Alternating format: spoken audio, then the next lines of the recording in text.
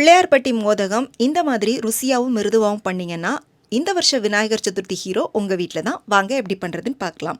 அதுக்கு ஒரு கப் பச்சரிசியை நல்லா கழுவி எடுத்துட்டு வெறும் கடாயில் போட்டு அடுப்பை மிதமான சூட்டில் வச்சு அரிசி நல்லா பொரிஞ்சு வர்ற அளவுக்கு வறுத்தெடுத்து அதை வேற ஒரு பிளேட்டுக்கு மாற்றிக்கோங்க. இப்போ அரிசி எழுந்த அதே கப்புக்கு அரை கப் அளவுக்கு பாசிப்பருப்பு எடுத்து அதையும் நல்லா கழுவிட்டு வெறும் கடாயில் போட்டுட்டு நல்லா அந்த பருப்பெல்லாம் செவந்து வர்ற அளவுக்கு வறுத்தெடுத்து அதையும் அந்த அரிசியோடு சேர்த்து கொட்டி ஆற விட்டுக்கோங்க. அரிசி பருப்பு ரெண்டும் நல்லா ஆறினதுக்கு அப்புறமா ஒரு மிக்சி ஜாரில் சேர்த்துக்கோங்க. கூடவே வாசனைக்காக ஏலக்காய், சுக்கு வேணும்னா சுக்கு கொஞ்சம் சேர்த்துக்கோங்க. சேர்த்துட்டு இதை நம்ம பவுட்ரு பண்ணி எடுத்துக்கலாம். பவுட்ரு பண்ணும்போது ரொம்ப ஃபைன் பவுடராக பண்ணாமல் ரவை பக்குவத்துக்கு கொஞ்சம் கொரப்பாக அரைச்சி எடுத்து தனியாக வச்சுக்கோங்க. அடுத்தது அரிசி இழந்த கப்புக்கு 1.5 கப் அளவு வெல்லம் எடுத்து ஒரு பாத்திரத்தில் போட்டுக்கோங்க. அது கூட 1/4 கப் அளவுக்கு தண்ணி சேர்த்து இந்த வெல்லத்தை நல்லா உருக்கி எடுத்துக்கோங்க.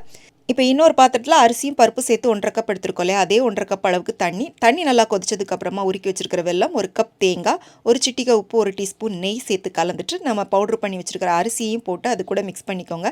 எல்லாம் நல்லா ஒன்று திரண்டு வந்ததும் ஒரு மூடி போட்டு மூடி 10 நிமிஷம் அப்படியே வச்சுருங்க. 10 நிமிஷம் கழித்து கைப்பொறுக்கிற சூடு வந்ததும் இந்த மாதிரி கொழுக்கட்டை பண்ணுற அச்சில் நெய் தடவிட்டு நம்ம ரெடி பண்ணி வச்சுருக்கிற மாவை அது உள்ளே வச்சுட்டு எடுத்தீங்க அப்படின்னா உங்களுக்கு அழகான ஷேப்பில் மோதகம் ரெடி ஆகிடும். இப்போ இதை ஒரு இட்லி பாத்திரத்தில் வச்சு நல்லா ஆவியில் ஒரு 10 நிமிஷம் மட்டும் வேக வச்சு எடுத்தீங்க அப்படின்னா மணக்க நல்லா சாஃப்டான பிள்ளையார்பட்டி மோதகம் ரெடி. கண்டிப்பாக ட்ரை பண்ணிவிட்டு எப்படி இருந்துச்சுன்னு சொல்லுங்கள். பாய்.